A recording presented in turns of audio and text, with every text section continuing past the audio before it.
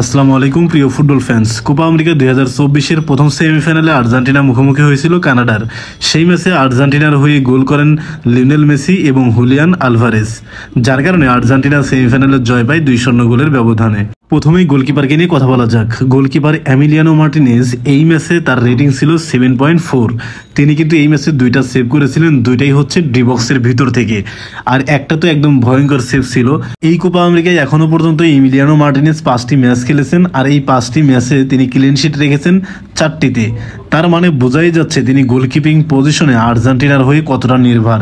Argentina যদি ফাইনালে জিততে পারে তাহলে নিঃসন্দেহে বলা যেতে পারে যে এমিলিয়ানো মার্টিনেজের হাতেই গোল্ডেন গ্লাভস উঠছে। এই ম্যাচে রাইট ব্যাক গঞ্জালো মন্টিয়েল এবং নিকোলাস তাগলিয়াফিকোর পারফর্ম একদম অনুজ্জ্বল ছিল, কারণ সোফা স্কোরে তাদের রেটিং ছিল 6.8 এবং 6.6। তার মানে এখান থেকে বোঝা যাচ্ছে যে লেফট এবং রাইট ব্যাকে তারা কিন্তু ছন্দে ছিলেন না। এর আগের ম্যাচেও কিন্তু আমরা দেখেছি লেফট এবং রাইট ব্যাকে ভুগেছিল Argentina. Centre back Lisandro Martinez একটু অনুজ্জ্বল থাকলেও অপর দিকে ক্রিস্টিয়ান রোমেরো কিন্তু ঠিকই উজ্জ্বল ছিলেন।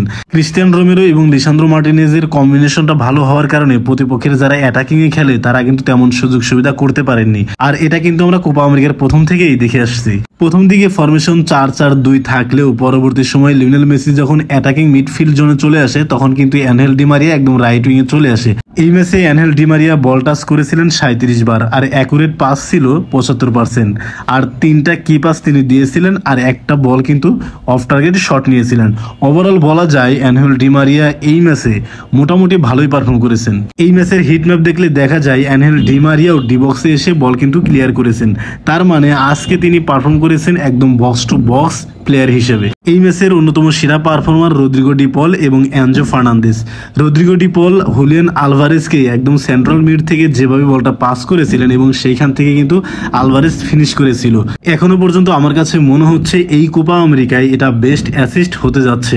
দ্বিতীয় গোলের সময় রদ্রিগো ডি পলের কাটব্যাক থেকে বল পেয়ে যায় প্রতিপক্ষের ডিফেন্ডাররা, তারা ফুলফিলভাবে ক্লিয়ার করতে না পারায় বল চলে যায় এনজো ফার্নান্দেজের কাছে, এবং এনজো ফার্নান্দেজ গোলমুখে কিক দিলে সাথে সাথেই পা লাগিয়ে গোল করেন লিওনেল মেসি।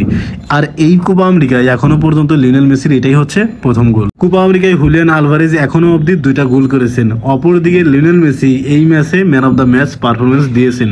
কানাডার দিকে যদি তাকাই তাহলে দেখা যায় এই ম্যাচে কানাডাও কিন্তু 4-4-2 ফরমেশনে খেলেছেন। এই ম্যাচে কানাডার হয়ে ভালো খেলেছেন ইসমাইল কোনে, ল্যারিন, জনাতন ডেভিড সহ জ্যাকেব সাফেলবার্গের মতো ফুটবলাররা। এদের স্পিডের কারণে আর্জেন্টিনার লেফট ব্যাক এবং রাইট ব্যাকে যারা খেলেছেন তারা কিন্তু স্বাচ্ছন্দ্য বোধ করতে পারেননি, তাদের পারফরমেন্সও খারাপ করেছেন। এই কোপা আমেরিকায় এখনো পর্যন্ত আমার কাছে মনে হচ্ছে আর্জেন্টিনার দুর্বলতার জায়গা হচ্ছে 2টা, একটা হচ্ছে লেফট ব্যাক আর একটা হচ্ছে রাইট ব্যাক।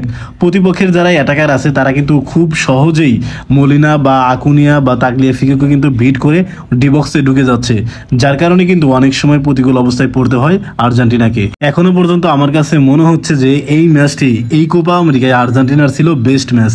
এর আগে যতগুলো ম্যাচ দেখেছি সেগুলো কিন্তু ছন্নছাড়া ছিল। আজকের পারফরমেন্সে আর্জেন্টাইন যারা সমর্থক আছে তারা আশা রাখতেই পারে যে এইবারে কোপা চ্যাম্পিয়ন হতে যাচ্ছে আর্জেন্টিনা। আপনাদের কি মনে হচ্ছে দ্বিতীয় সেমিফাইনালে কে জিতবে, কলম্বিয়া নাকি উরুগুয়ে? সেটা অবশ্যই কমেন্ট বক্সে জানাবেন। ধন্যবাদ।